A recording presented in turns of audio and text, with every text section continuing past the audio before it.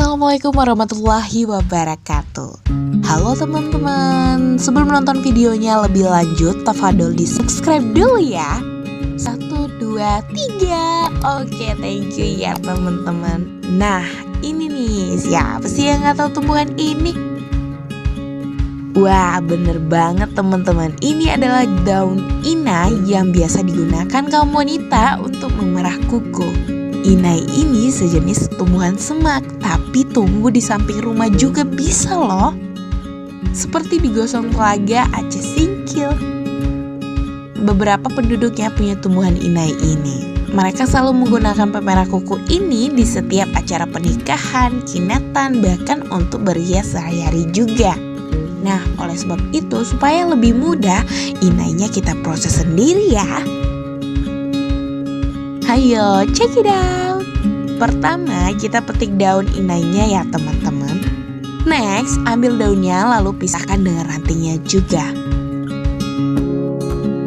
Lalu tumbuk di batu tradisional yang biasa dipakai ibu-ibu gostel ini. Giling sampai halus ya daunnya. Teman-teman boleh pakai sarung tangan plastik karena nanti tangannya bisa langsung memerah saat menggiling. Setelah daunnya halus, saatnya kita menggunakan inainya ya. Lihat deh teman-teman, caranya simple kan? Nah, sekarang saya langsung pakai di jari-jari lucu saya ya.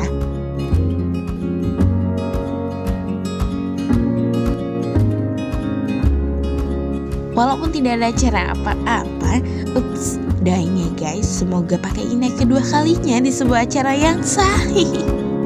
Nah, teman-teman tahu nggak, tradisi Mama Gosong Telaga ini mereka selalu buat bulan di tengah-tengah tangannya teman-teman.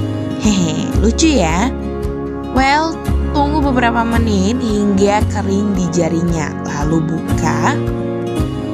Untuk hasil maksimal merahnya bisa setengah jam ya nunggunya. Pastikan benar-benar getah inainya sudah menyatu di kuku-kuku lucu teman-teman. Lalu cuci deh, jadi kan? Ini saya buka hanya 10 menit teman-teman. Sudah memerah begini, apalagi 30 menit. Wah, pasti lebih cantik ya hasilnya. Segitu aja dulu deh, see you in the next video ya guys. Don't forget to like, comment, and then subscribe videonya.